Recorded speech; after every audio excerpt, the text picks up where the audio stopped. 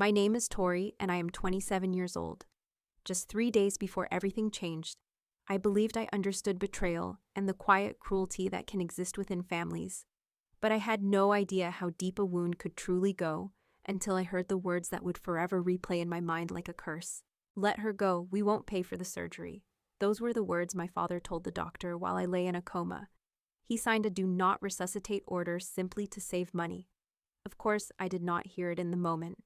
I was suspended somewhere between life and whatever waits beyond it, my body connected to machines that breathed and measured for me.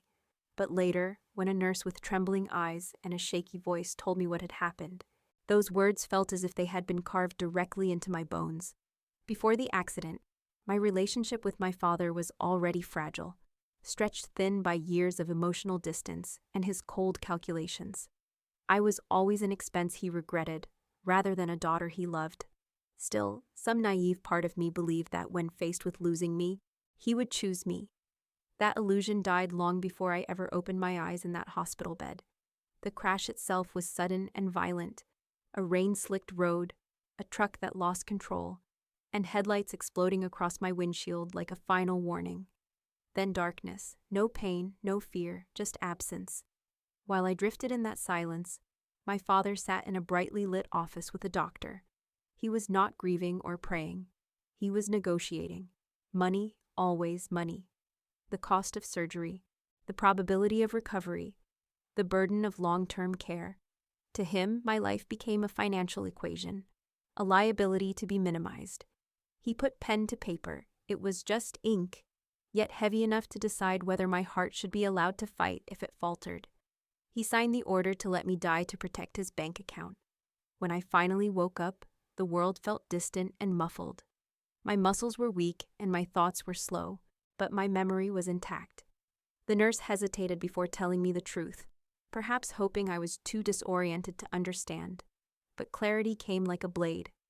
I asked until she whispered the story she wished she didn't have to tell. My father's words, his decision, and his absence afterward changed something inside me. A cold and frighteningly calm resolve took hold. I did not cry, I did not scream, and I did not stage a dramatic confrontation. People imagine revenge as rage, but mine was born from something far more dangerous: silence. In that silence, I began to see my father not as a parent, but as a man governed entirely by greed. He believed money could shield him from consequence, and that decisions made in private rooms would never echo. What he never understood was that choices leave trails, and trails can be followed. As my body began the slow process of healing, my mind sharpened, fueled by a terrifying focus. I didn't say a word to the hospital staff about what I knew. There were no outbursts when my father finally sent a brief clinical message through his assistant, rather than visiting himself. To the outside world, I was just a traumatized survivor struggling to regain her strength. But inside, I was meticulously dissecting the man who had placed a price tag on my soul. I spent those long hours staring at the sterile hospital ceiling, replaying every memory I had of his business empire. My father believed he was untouchable, a titan of industry who treated ethics as mere inconveniences. He had spent years boasting about his aggressive deals and laughing at those he had ruined. He had unintentionally taught me exactly how his world worked, never imagining that the daughter he considered a redundant expense was actually a witness to the rot beneath his foundation. I began to remember hushed conversations I had once overheard and dismissed. Talk of shell companies used to hide massive liabilities, tense arguments over offshore accounts, and the subtle ways he manipulated legal boundaries until they snapped. His empire looked polished and imposing from the outside, but I knew where the cracks were. I knew which partnerships were built on nothing but fragile trust, and which investors were already nervous about the transparency of his operations. He had built a tower of leverage and intimidation, a structure that was powerful but catastrophically brittle. While I lay in that bed, I realized that his greatest weakness was his own arrogance. He believed that because I was his daughter, I was a part of his property, something he could discard when the maintenance became too high. He never considered that I was a separate entity with my own eyes, my own memory, and now a devastating purpose. The plan didn't come to me in a flash of anger. It formed with clinical precision. I wasn't going to scream at him or beg for an explanation. A man who chooses a bank balance over his child's life is beyond the reach of words. Instead, I would speak the only language he truly understood: the language of loss. I began to map out the network of his world, identifying the single point of pressure that would cause the entire structure to collapse. By the time the machines were wheeled out of my room and I was allowed to sit up, the transformation was complete. The daughter who wanted his love was gone, replaced by someone who understood the architecture of his world better than he did. I waited patiently for the right moment to strike, knowing that the most effective revenge isn't the one that makes a noise, but the one that removes the ground from beneath your feet before you even realize you're falling.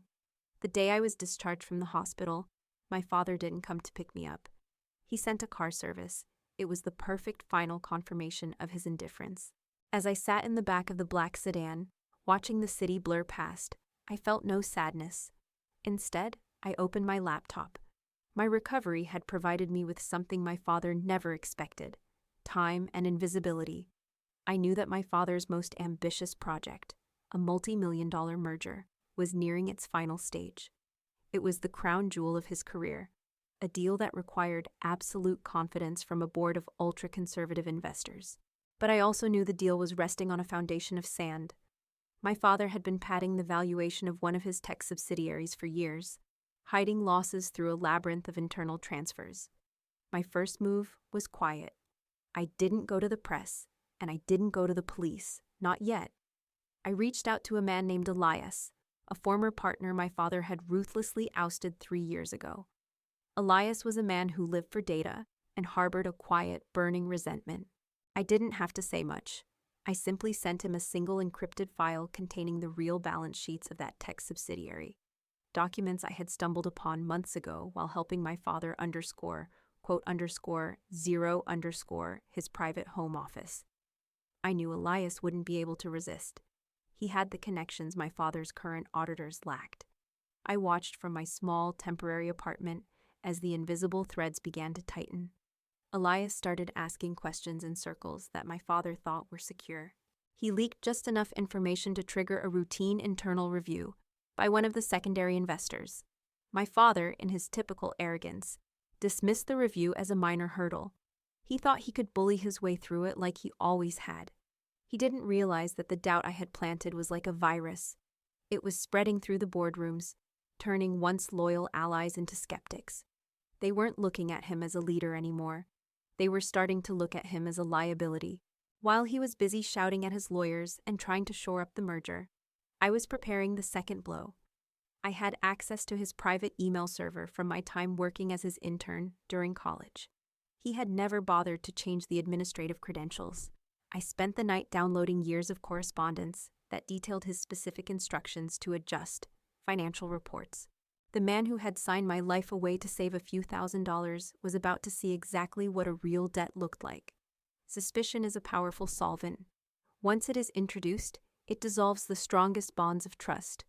Within 48 hours of my release, the atmosphere in my father's office had shifted from strategic planning to pure panic. I monitored the situation through back channels and social circles, watching as the arrogance that once defined him began to curdle into desperation. He was accustomed to commanding, but suddenly he found himself reacting to shadows he couldn't see. I made my second move during a high-stakes conference call. My father was pitching the final terms of the merger to the lead investors, his voice booming with the false confidence of a man who still believed he owned the world.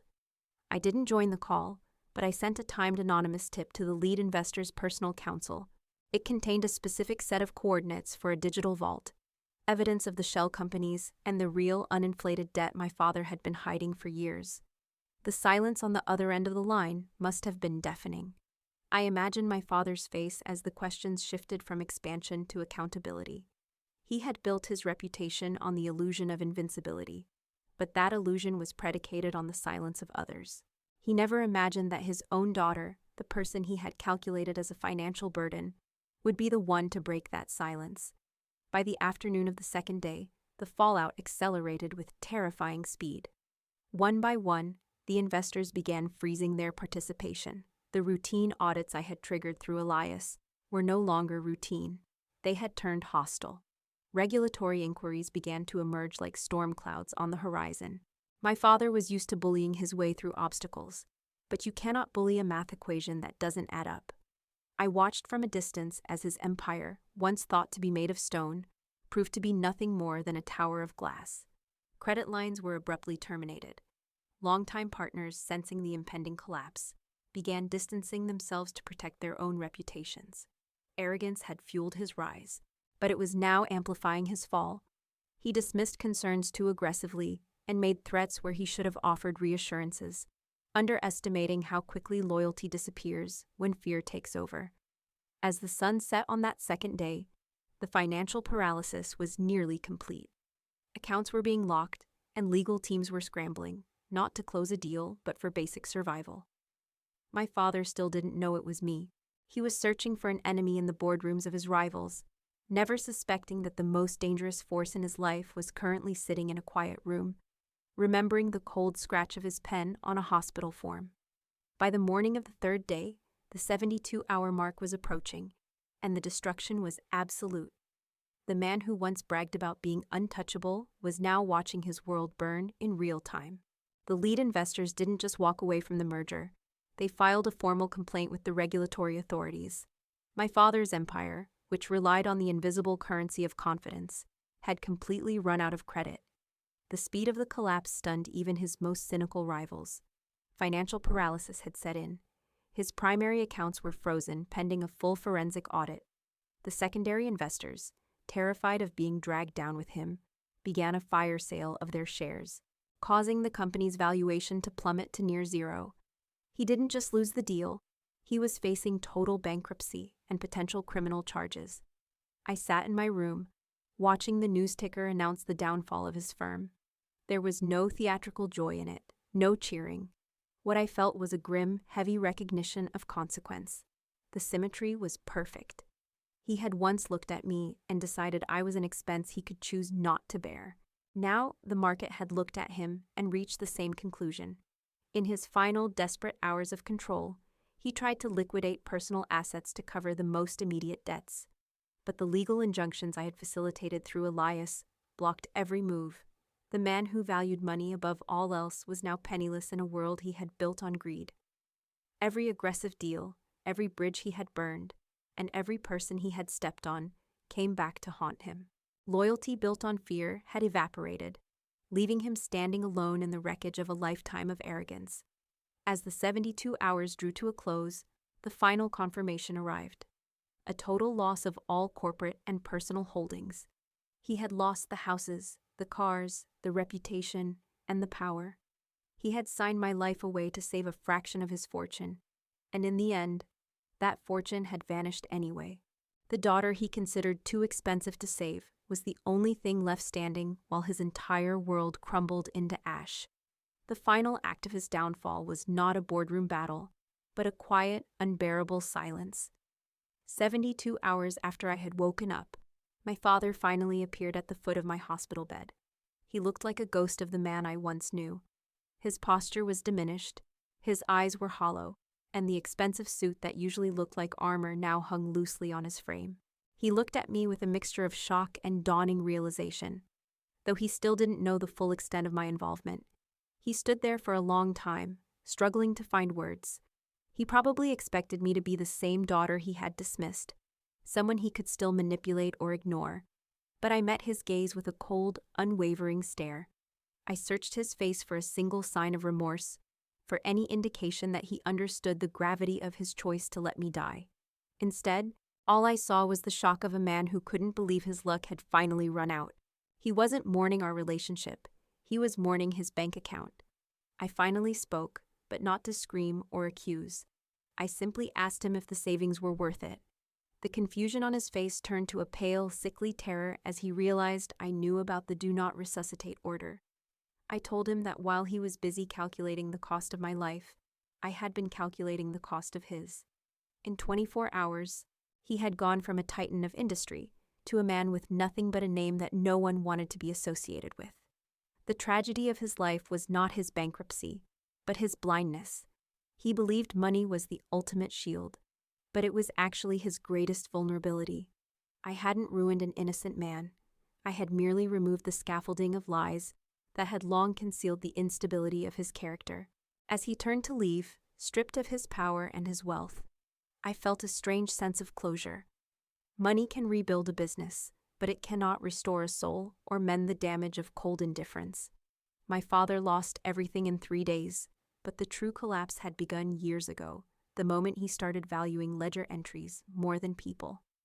Everything that followed, the ruined merger, the frozen accounts, the total bankruptcy, was simply the echo of a signature he never should have written. I survived, and in doing so, I became the one consequence he couldn't afford to ignore.